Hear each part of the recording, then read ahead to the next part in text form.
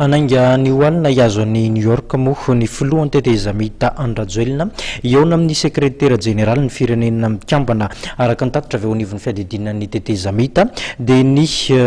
fijerevana akaiky ny mahakasika ny raharam-pirenena no isan'ny votoatidiniky ny rotonto ao anatin'izany fihaonana izany fa anisan'ny tsindrin'ny vondrona iraisam-pirenena ao anatin'izany ny SADC sy ny vondrona afrikana ny tokony iverenan'ny sesitany politika eto Madagasikara mahakasika izay indrindra dia nitondra ny fomba fijery ny tafika malagasy. No amafisin'ny Général Rantoura Barso, lehiben'ny komity miaramila ho an'ny fiarovam-pirenena na ny CMDN fa fanapakevitra politika fa tsy an'ny folo alindany fampodina amin'ny filoha teo aloha Marc Ravalomanana tanindrazana kanefa mbola mametraka ny eo anivon'ny tafika fa manahy ny siny tsy fahandriam-pahalemana sy ny tsy fahafezana ny olona manaiky sy mitsipaka izay fiverenana Andriamatoa Marc Ravalomanana tanindrazana izay izy ireo. Mitazona ihany zava-kandrazaiko tamin'ny fafito ambin'ny folo oktobra sy diso aho tamin'izahay le avy na tamin'ny le iraky ny SADC tariny général le Tanzania iny Chitenga Charles tamin'iny fotoana iny dia efa nilaza moa tamin'iny hoe ny fampidina ny Ravalomanana dia tsy isan'ny folo alindany mihitsy no mandray fanapahakevitra amin'izany fanapahakevitra politika zany zavatra zany fa rehefa fanaraka ny politika hoe ina ny atao miandry fotsiny zay zay baika avy any ny isiny ny fandriam-pahalemana mbola verika any nefa fa zahay zany raiky fandriam-pahalemana dia mbola manahy be fanahina zay ny amin'izay zavatra zay satria nary zareo tonga teto nanao fanadihadiana reny arany aloha nandehanana izy nanao norenareo dia nilaza fa mahatsapy izy fa mizara roa ny hevitry ny malagasy amin'io resaka fidina sy na tsy fidiny Andriamatoa Ravalomanana ka na misy ara ny hoe tsy finiavana ny anao kasparana na ny anao korotana ireto le olona samy ny aliako lafo reto ny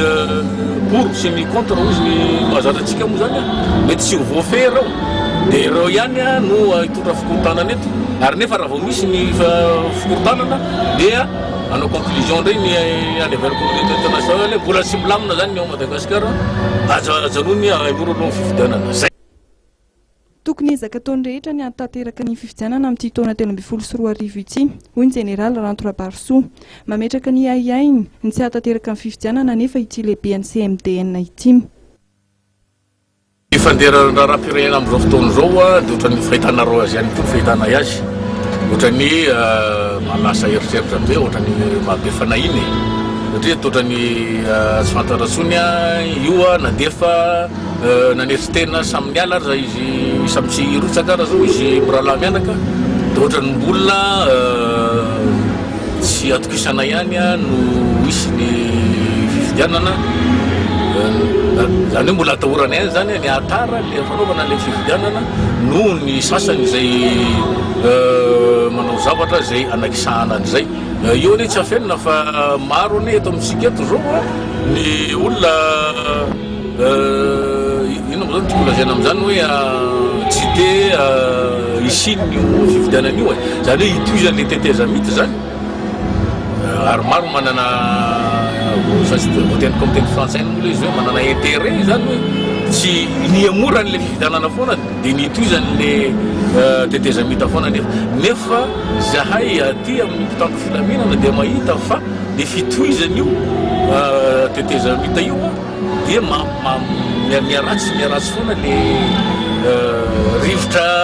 iainantsika eto amin'ny firenena indrindra fa ny rivotra politika